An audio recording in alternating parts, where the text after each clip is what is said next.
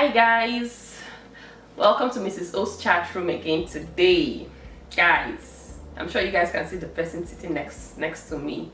So yeah, I have a guest today because we're going to be talking about using credit cards in Canada as an immigrant and also as international student. So when I came into Canada as an international student, it was confusing for me, I couldn't wrap my head around credit card.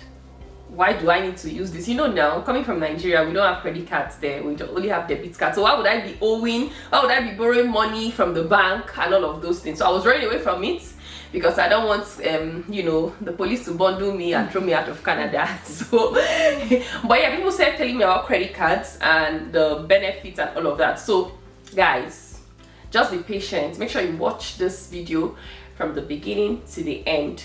And if you've not subscribed to my YouTube channel, I'm just looking at you with one eye. If you know the stress I went through to shoot this video, you're gonna hit that subscribe button. So guys, subscribe to this session. Subscribe to the YouTube channel. And I'm going to allow my guest to introduce herself. And guys, she also has an Instagram account. I'll drop the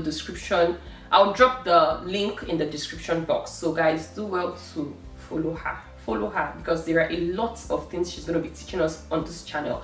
But if you guys do not support us or follow her, that is it. So guys, over to you. Hi everyone, good morning, good afternoon, good evening, wherever you may be. Okay, so my full name is Oluwaseun Ononuga, and I'm a financial advisor here in Canada. I love to talk about finances. I'm a financial enthusiast, I love to, bring light to anything finance as much as I can. So it's my pleasure being here today to talk about some things that you would learn from. Do well to listen, ask your questions, come on the page if you want. Feel free. We are here to all learn together. Thank you. Yeah, so after watching while you guys are watching, whenever you're watching, while you're watching and you have any questions, just drop them in the comment section and I'll be sure to get her to answer the question. And you can also head off to her Instagram page and drop your questions there. So let's start. Let's not waste your time. So what is a credit card? I know it's a very basic question. I know you guys can Google it, but hear from the professional. What's the credit card? And how is it different from a debit card? Because back from where I come from, like I said, what we have is a debit card. And many countries in Africa and also other developing countries, they just have a debit card. So what's a credit card and what's the difference? Okay, so a credit card is a tool, like a normal card that the banks gives us. But this time around, you're not spending your own money like the debit card. It's the bank's money, it's other people's money, but they give it to you to use when you want it and also return, within a particular time frame. So a credit card is having access to money that is not yours, but with some terms and conditions. While a debit card is actually spending from your own account, so it has to be money that you have kept in the account that you're spending from. So those are the two differences here. Okay, hope you guys get it. Do you get it? Okay, so what are the benefits of this credit card? Okay. Especially what are the benefits to an immigrant? I don't know if there's a difference, but we coming into a new country and you're giving us this card and you're telling us to spend the bank's money and we are scared. I don't want to go back to my country, So what are the benefits, especially for immigrants, new immigrants, old immigrants, and also international students? Okay, so credit card comes with a lot of benefits, and at the same time you have to be very careful the way you use it. Okay, so a credit card can actually be given to anyone as an immigrant, permanent residents. I wouldn't say anyone because there are still some other phrases, but to a large percentage of people. Now it is very important for you to have a credit card in Canada, because from where we're coming from, we don't want to. There are some of us that when money is not my money, I don't want to touch it. I fought the guy that was telling me, you say credit card. I'm like, I don't want the credit card. I had the credit card for such a long time, but I did not use it because I was so scared. Like, I don't want to spend money that is not my own. I don't want wahala, you know. But with time, I got to find out what is involved. So if you want to get a house in Canada, they look at your credit score to see if you have a good standing. You want to get a job, you know, some employers do look at it. You want to buy a house, you know, so many things. It impacts generally. It just shows how good you are financially. Can people apply for credit cards like outside Canada? Well, no, you can't, because then you won't be traceable. You know, you can come, use the money, and just go back to wherever you're from. That was a good question. You can I should have asked that question. No, but it's good because some people like to prep ahead, so they might be thinking they want to have it before they land. Oh yeah. But Okay, that makes sense. So even if you get your permanent residence, for example, or your visa, because you've not landed, you cannot apply. You have to wait to land to get the permit and, you know, every other document. You need a Canadian address, so you can't. Okay. So again, let's talk about what the requirements are for a credit card. So who is eligible to apply? Like, do I have to be a citizen, or I can apply as a student, or a new immigrant? You know, do I need to have a job to apply for a credit card? Like, you know. Okay, so anyone above the age of 18, and in some provinces 19, you know, can apply for a credit card. And you don't have to be a citizen. So far you're a resident of Canada, an asylum seeker, a student, a permanent resident, you know, you all have the the opportunity to apply for a credit card. And you asked one other question. You said do you need a job?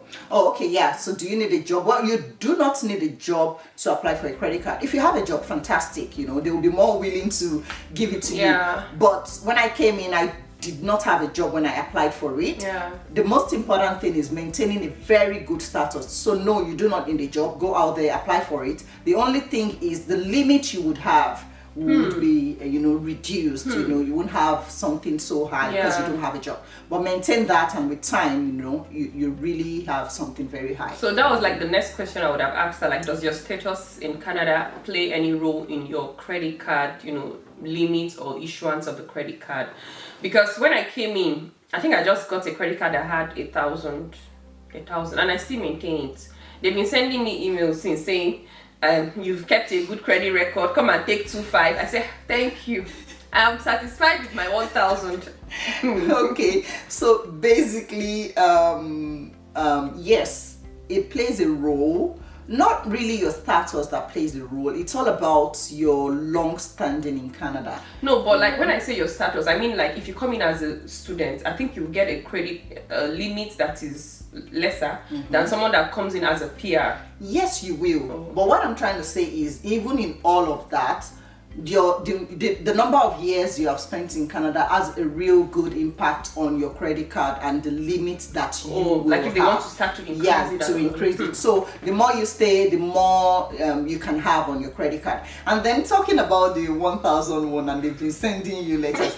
Please, when they ask you for an increase, take the opportunity. Really? Yes. And you know why I said so. Don't be scared, because the normal thing we tell people, or the utilization that the bank expects, is that you shouldn't spend more than 30% of what you have on your credit card. So if you have just 1,000, that means you can't spend more than about $350. But if you increase it to $250, you know, I mean to $2,500, you can spend about $800 or thereabout. So yes, and you know, you have more to spend on, and it won't impact on your credit card. If you spend $800 from the 1,000 that you have overshot your limit, so it's going to have an impact. So keep increasing it, and then just take care of how you use it. Okay, 2,500. I'll go there. Okay, so but again, you talked about credit score. So how does that affect me as an international student or immigrant? You know, what's even a credit score? Okay, so a credit score is what the employers or landlords or your creditors or whoever it is that wants to judge how credible you are looks at, you know. And you build that by having a good financial history That's what builds your credit card. Now, for you to be able to build a good credit score, you should have between 800 and 900. It's scaled from 900 all the way down. So you can have excellent, you can have good. So the highest is 900? Yes, it's about 900, okay? So that's what they used to judge. So if you have from like 700, you're like, okay, this person is not bad, you know, I can afford to give the person my money. But if you're having something so low, then everybody is scared to give you money, and that begins to impact on the kind of credit you can have. You want to buy a house, you don't see any bank that wants to risk it, because you look risky for them when it comes to investments. So the higher you have, the better for you. And then so what if I don't want to take the credit card? What if I don't have a credit card? I've lived in Canada for like 4 or 5 years and I want to buy a house, or I want to get a loan from anywhere, like you said. What are they going to use to gauge if I'm credible or not, since I don't have a credit? So if you do not have a credit card, they might decide to look at your bills. Do you pay your bills on time? Are you owing on anything, anywhere? You know, they could want to, you know, call your employer to see, do you have a good standing? But you can actually save yourself all of that stress by all they just do is go online, because they all share information. All these financial institutions and the creditors, they all pull share your credit information. record. So they just pull your credit record, look through it, and in 2 minutes they know if they want to approve whatever it is you have come from or not. You get? That makes sense. That's it. Yeah, that makes sense. So you guys get your credit card once you enter Canada. Don't behave like me. So I think I've exhausted my questions. Okay, how do I maintain a good credit record? So you were good credit cards, you know, history. How do I maintain a good credit card history? That's the question. Yeah. Okay, so for you to maintain number one, you have to make sure you pay all of your debts on time, as much as possible. Basic. I don't know if I call that all the ones you have accrued. Yes, you did. So the thing is, there are two things when you look into your credit information. You would see one called credit, what's it called now? Amounts due. There's one called amounts due, and there's one called minimal payment. I think minimal payment. Yeah. So a lot of people, when I came into Canada, I did that. I don't even understand up until now. Do you know what I do? I just use my credit card. I come back with my transfer all the money back. I don't understand all those like pay this one, due date. The thing is, for the due date, that means that due date. That was what we were trying to look for before. Due date means that if you have a credit limit of $1,000 and then you spend $300 from it, so the bank will tell you the due date to make all that payment is maybe 21st of December or whatever month you are in. Now, if you don't pay it by that date, you're going to start accruing interest. And that interest depends on what your bank gives you. My bank is giving me about 21% interest. So I normally advise people that run away from that as much as possible, because the way the economy is structured, if care is not taken and if you're not vigilant enough, it's very easy to fall into debt. It's crazy right here. And that's why you see a lot of people, you know, filing bankruptcy. Now, if all you do is pay the minimum balance, that's another thing. They will tell you, okay, you've spent $300. Your minimum that you should pay is, say, $30. Don't pay the $30. They say $10. They will very ridiculous. $5. When I've used 300, if you're telling me pay minimum of $10, I'm like, are these people okay? I know. That's a trap. I know, it's serious one. So if you only pay that and then you leave the remaining $290, wow, your interest begins to accrue like speed lightning. And if you do that for like a long period of time, in 4 years, your debt is going to double up on you. So all you do is paying minimum balance. 1 year, 2 years, you're just paying minimum balance. By the fourth year, your debt is going to double up on you. So you got $300 or you got $500 or you got $1,000 from your credit card. And then minimum balance is all you're paying. In 4 years, that 1,000 is going to become 2,000. Another 4 years, it's going to become 4,000. It begins to double, and all you have to do now you will just be chasing to pay your minimum balance, because it's increasing at the speed of. So try as much as possible to avoid that. And for you that will just come home and quickly transfer all the money back, please don't do that. Just calm down, because let it reflect on your balance. One time I started setting an alarm to pay my credit. Like I'm so busy that I don't even remember to pay. I had to set alarm on my phone to say, okay, go and pay your credit card. Maybe after 1 day or 2 days, but it was not working. I was just paying. You have the debt free for 3 weeks. Oh, 3 weeks, yeah. So please leave it a bit of time. Let it reflect that you're actually using it. Let the utilization reflect, and then make sure that you clear everything that you have spent. So don't spend the money that you don't have. Just know, okay, I have this money. I'm going to spend it on the card so I can build my credit, and then after 2-3 weeks, pay it all, clear it all, and then you'll be fine. Guys, people should say thank you. Make sure you say thank you to her on the comment section. Okay. Oh, that's interesting. So what questions do I have? Okay, so again, I think you've touched on this question, like why do I need to maintain a good credit score? I think you've touched on it, so let's just go to the next question. So again, should I be concerned about any kind of fraudulent activities, around credit card? All these hush puppy kind of things that I used to hear. I don't want to, like... You don't want to judge it. I know, right? Like, honestly, in my lab, a lot of people just... I don't know how they hack into their credit cards. But, yeah, at the end of the day, the bank refunded the money. But I'm just wondering what happened, what went wrong and all of that. So... Okay. So because credit card is not your money, it's other people's money, it's the money from the bank, you don't need to be concerned about fraud. I'm not saying be careless, be vigilant, pay attention, but I mean, no matter how much careful you can be, sometimes it happens. So if it happens, don't be bothered. It's not your money. All you have to do is immediately call your bank and notify them. The fraud units of the police department will go into investigation and do all of that. But you are not going to pay back a dime because you were not the one that spent it, and it's not coming from your account. And that's the difference between the credit and the debit card. Because if it were the debit card, it's coming from your account. So if they withdraw 5K from your account and that is all your life savings, it's gone.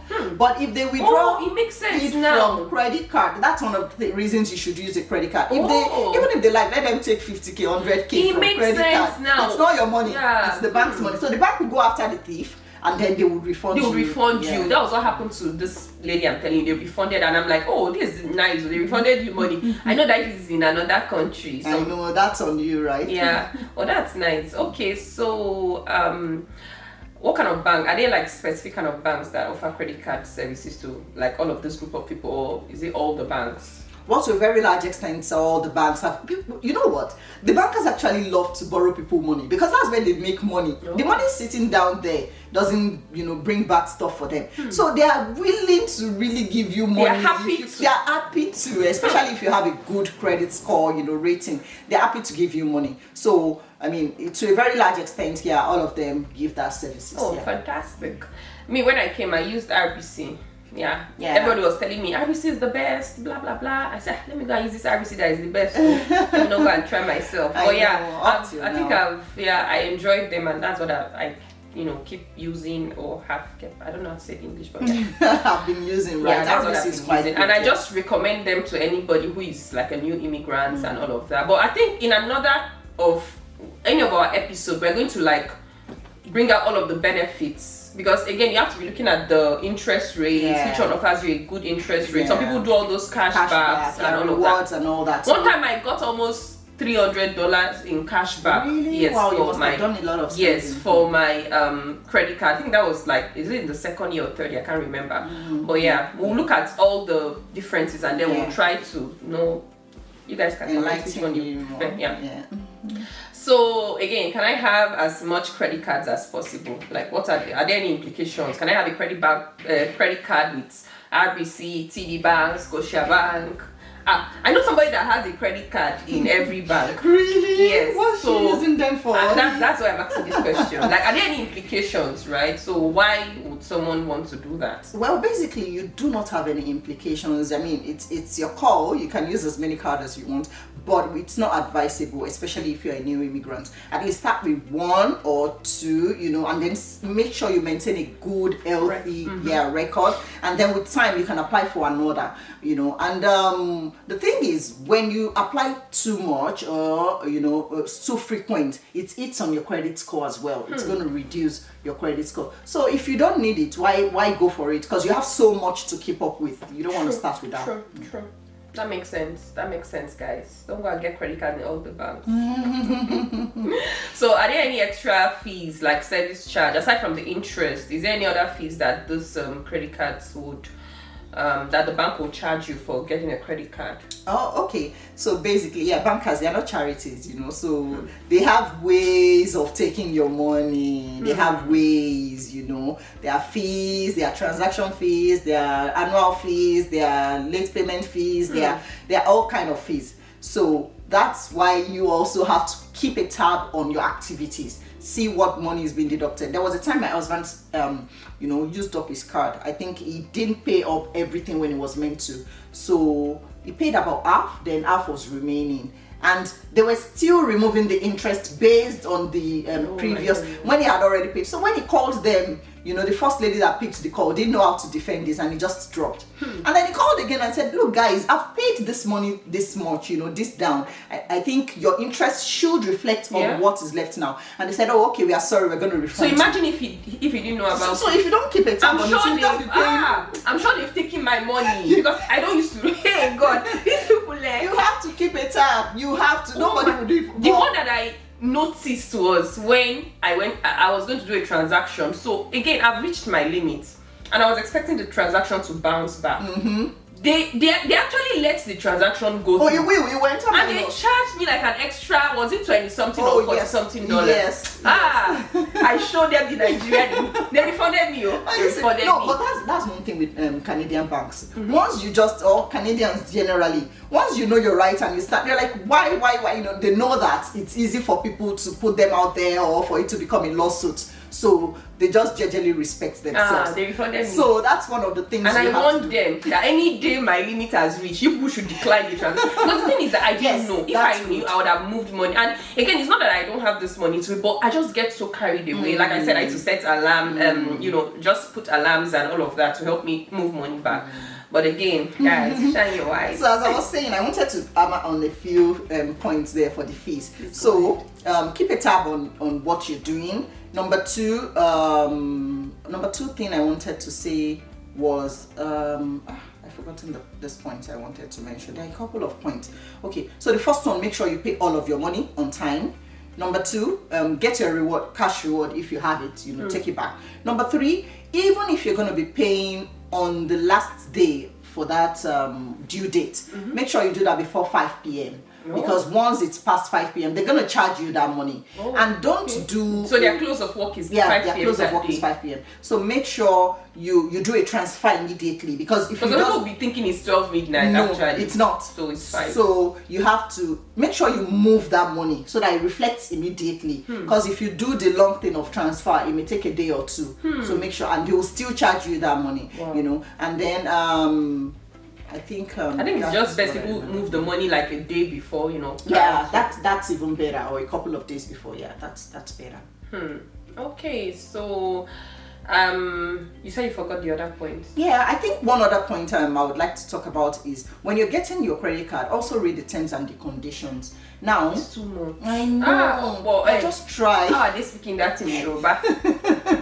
It's so I don't used to read it. I don't used to cite. I know, like in the real sense of it, how many of us can really go through all those fine lines? But why I said that is because some have, if you use up to a certain extent, they won't charge you some annual fees and some things. Meanwhile, some will tell you if you don't use this much, we're going to charge you. Yeah, so try as much as ask questions. Even if you can't read, ask a lot of questions as much as you can so that you can make the best. I think what happened with when I was applying was the financial advice was really nice. So the guy was paragraph. This is what this paragraph says.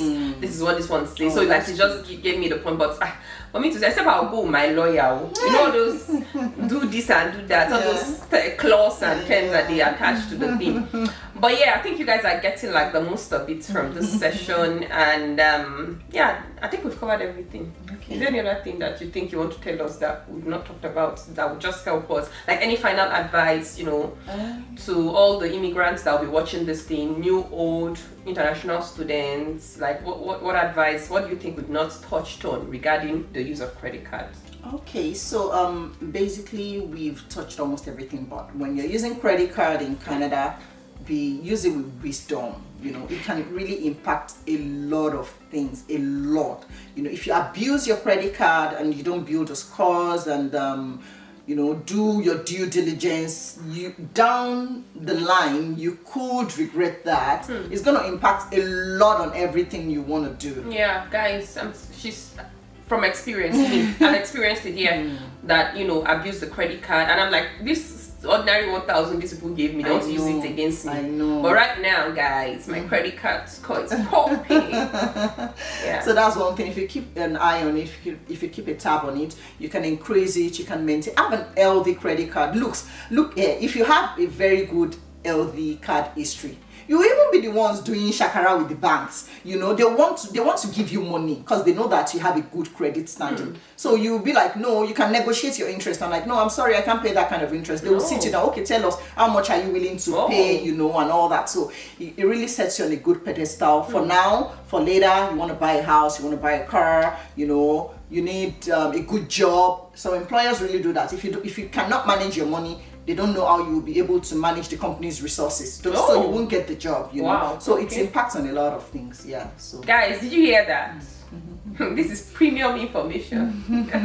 Okay, thank you so much for coming on today's chat room session. Guys, I'll be bringing her more often because she has a lot of, you know, financial literacy or tips, you know, to dish out. So guys, go follow her on her Instagram page. I'm going to drop the link to her Instagram page on the description box, and if you've not subscribed, subscribe. When I was looking at the analytics of this my channel, the people that watch this channel, most of them are not subscribers. What now? Why you guys beefing me? Give me moral support. All right, guys, thank you so much, and enjoy the rest of your day. Thank you for having me. Bye. Guys. Please subscribe. Thank you.